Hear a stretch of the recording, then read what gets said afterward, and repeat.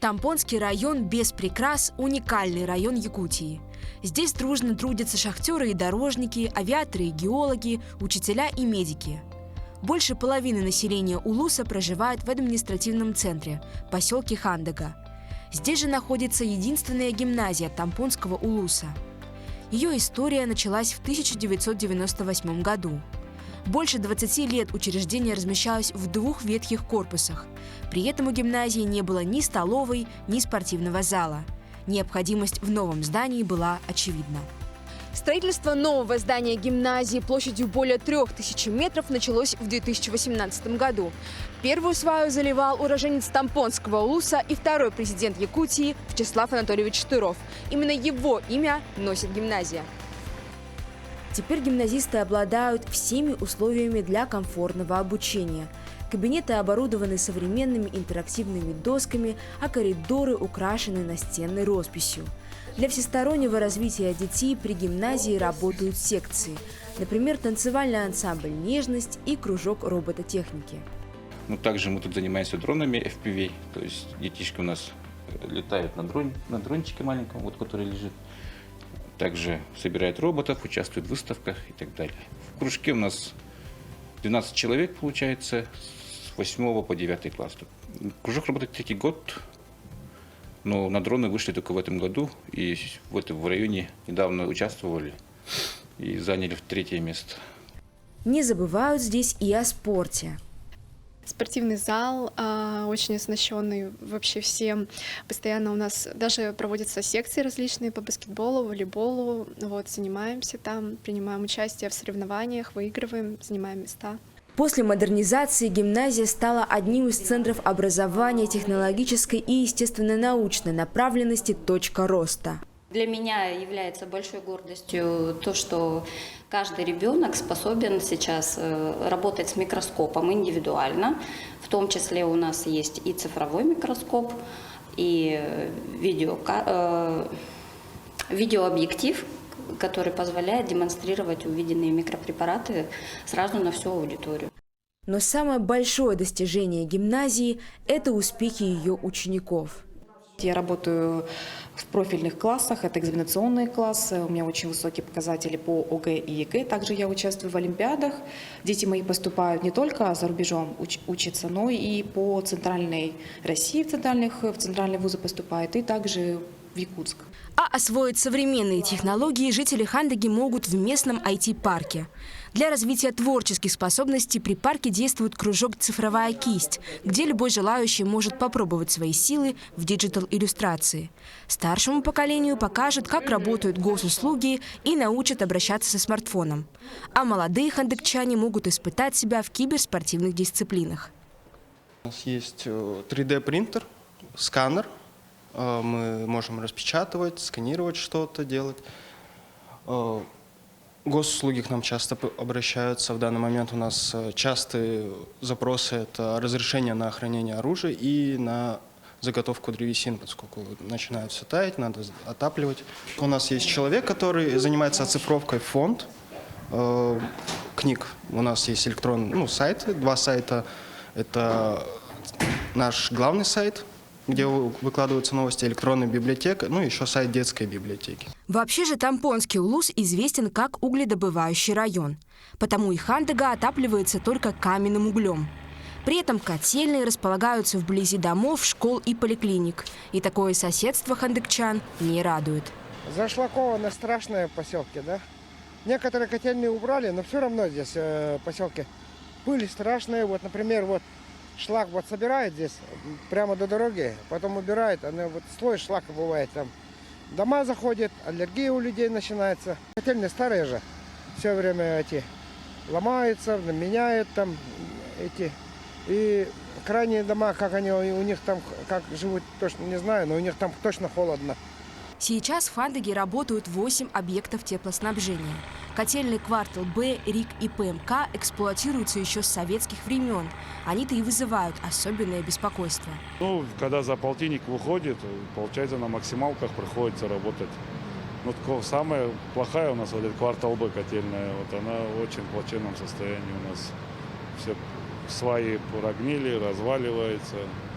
Усиляем каждый год же ремонтируем, потому что зимы-то тут уже у нас же такие сложные, и приходится котельная на износ работает.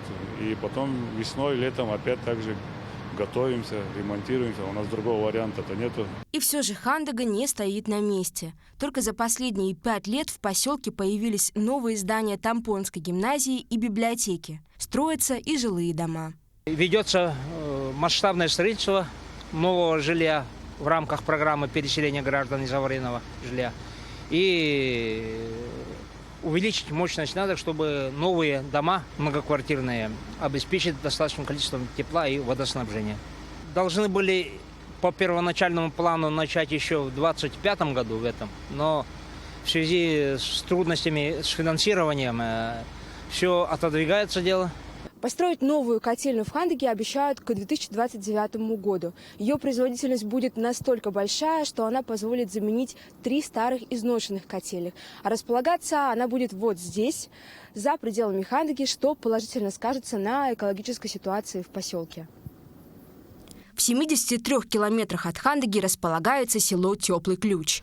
Оно основано в 1941 году как один из пунктов строительства автодороги до Магадана. Сейчас в Теплом Ключе работает музей «Магаданская трасса». Всего здесь более 1500 экспонатов. Большая часть из них рассказывает про нелегкий быт узников ГУЛАГа, чьими руками и строилась дорога. Заключенные же не только работали, но когда-то и отдыхали, может быть, хотя работа была по 10, 12, 14 часов. Вот делали. Это видно так, как видел человек, чтобы сделать это голова оленя. Вот они сделали эти же гвозди, такие уже поржавевшие, вот такие ложечки сделали. Но, как обычно, округленная голова, а вот сделали так. Молодцы были, потому что тоже, может быть, надо было когда-то отдохнуть. Несмотря на свое трагичное прошлое, трасса Колыма остается одной из ключевых артерий Дальнего Востока. Предприятия, которые обслуживают дорогу в настоящий момент, являются стержневыми для Теплого Ключа. У нас участок дороги не только обслуживание трассы Колыма, а полностью мы курируем ремонты, капитальные ремонты, реконструкцию и содержание автодороги Колыма и искусственных сооружений на ней. А наш участок от реки Алдан и до границы с Магаданской областью. Это почти 800 километров. У нас, значит, 66 мостов и почти 900 труб. В народе Теплый Ключ называют селом дорожников и авиаторов. Но при чем же здесь авиаторы? В 40-е годы прошлого века эта взлетно-посадочная полоса приняла не один военный самолет. Аэродром в поселке Теплый Ключ стал важной составляющей дороги жизни воздушной трассы Аляска-Сибирь. Однако аэропорт, строившийся изначально для военных нужд, остался востребованным и в мирное время. 1954 года аэропорт перешел на гражданское обслуживание. Авиаторы помогали геолого-разведчикам, выполняли санитарные рейсы, перевозили не только пассажиров, но и народно-хозяйственные грузы. И сейчас аэропорт не теряет своего стратегического значения.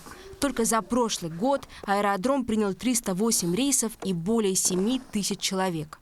Круглогодично выполняются рейсы для перевозки вахтовых бригад на месторождение Нежданинское, Агылкинское и также месторождение Прогноз. Также аэропорт обслуживает рейсы по заявкам санитарной авиации.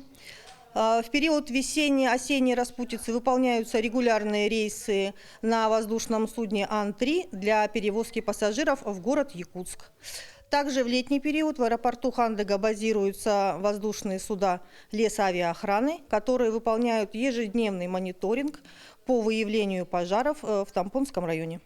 В 2023 году по федеральному проекту развития региональных аэропортов завершилась долгожданная реконструкция аэровокзала. Сотрудники, ютившиеся в небольшом деревянном корпусе с 90-х годов, наконец начали работу в новом здании.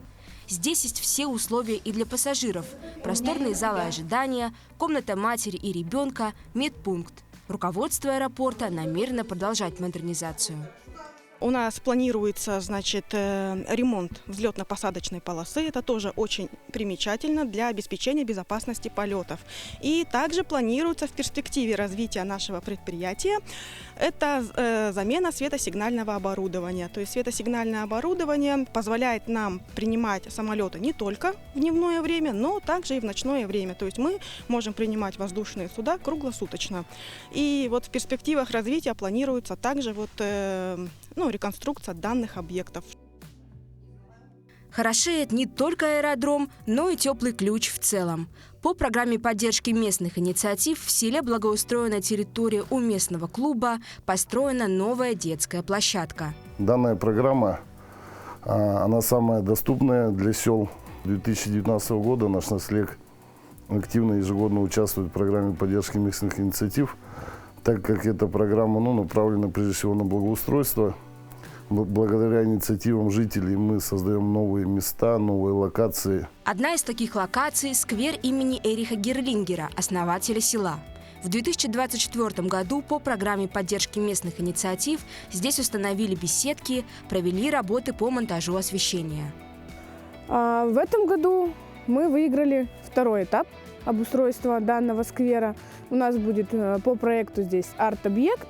Еще добавим такое небольшое, как лавочки, урны обязательно, чтобы не было мусора. Тампонский район продолжает развиваться, сочетая богатое историческое наследие с современными возможностями.